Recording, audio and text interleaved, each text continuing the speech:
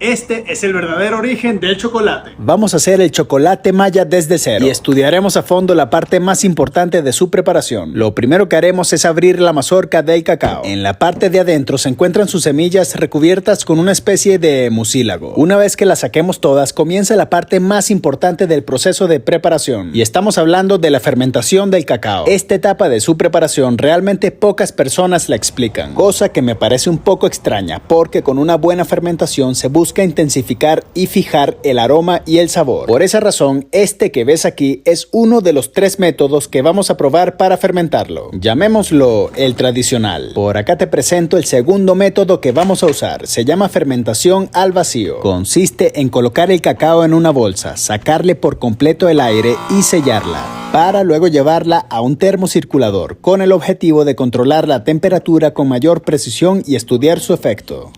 En teoría, según la variedad del cacao, cambia la temperatura ideal y el tiempo de fermentación, siendo 36 grados Celsius la temperatura perfecta para las primeras 24 horas. Y por último, este es el tercer método que escogí para comparar resultados: fermentación a presión. Colocando el cacao dentro de un sifón, le inyectamos dióxido de carbono, ya que en teoría los microorganismos se reproducen más rápido a mayor presión. Así que dejaremos reposar nuestras 3 pruebas al mismo tiempo. Siguiendo indicaciones de manuales de producción, es importante que pasado el primer día se proceda a voltear el cacao según el método tradicional. Ojo, que en este caso lo estamos dejando a temperatura ambiente, al igual que el que tenemos dentro del sifón, solo que este lo moveremos un poco. Y por último, está el cacao que tenemos al vacío. A este le subiremos la temperatura a 40 grados Celsius durante 48 horas. Veamos qué pasa en par de días. Tenemos noticias, y a esto es precisamente a lo que me refiero. Una fermentación de cacao sin control de temperatura es un foco de infección imparable, y es que si no está en condiciones idóneas, te digo que es una pérdida de tiempo.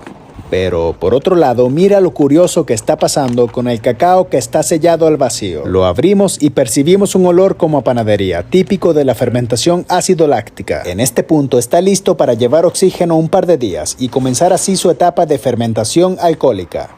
Veamos ahora qué ha pasado con el sifón. Vaciamos su contenido y nos encontramos afortunadamente con que no hay contaminación. Se percibe un muy ligero olor ácido y en este punto decidimos controlar la temperatura, llevándolo a flotar directamente sobre el agua que tenemos aclimatada. Una de las formas de ir midiendo el avance en este proceso de fermentación es cortando semillas por la mitad constantemente. Se debe apreciar el cambio de color en el embrión que está dentro. Esta será la señal de que vamos por buen camino, al igual que el mucílago, que en este punto se debe desprender con mucha facilidad. Por cierto, esta semilla que ves es de cacao forastero, una de las 3 especies de cacao más comunes que existen, pero también la que más tarda en fermentarse. Para terminar el proceso lo dejaremos secándose a 46 grados Celsius y mira el cambio de color que va a ocurrir. Fueron en total 7 días desde el comienzo para obtener este resultado. Y ojo, que solo ocurrió con el cacao que se controló 100% su temperatura, ya que el del sifón pues no cambió de color.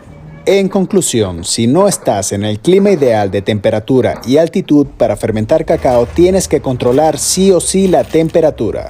Es hora de trabajar con el que nos dio mejor resultado. Aquí estamos bendiciendo y tostando el cacao en un comal, ya que después de tanto experimentar, ahora quiero hacer chocolate como se hacía realmente en la antigüedad. Después de tostarlo, se debe pelar quitándole la cáscara. Lo siguiente es ventilarlo un poco, para que se vayan volando con el aire las partículas de cáscara que puedan quedar. Para culturas prehispánicas, producir y consumir chocolate era un tema totalmente sagrado. Por eso es común ver que trabajar con un metate se haga directamente sobre el piso para honrar la madre tierra. Y antes, pero mucho antes de que se hiciera el chocolate en molinos muy sofisticados, este nació triturando el cacao completamente a mano, en un metate que calentaban colocándole brasas por debajo para estar a la temperatura perfecta. Eso sí, era una faena completa, y se ha descubierto que los antiguos mayas lo mezclaban con chile y semillas de achiote, para que al consumirlo pareciera que estuvieran bebiendo sangre. Una vez triturado se dejaba secar, lo que quiere decir que probablemente así lucían las primeras barras de chocolate,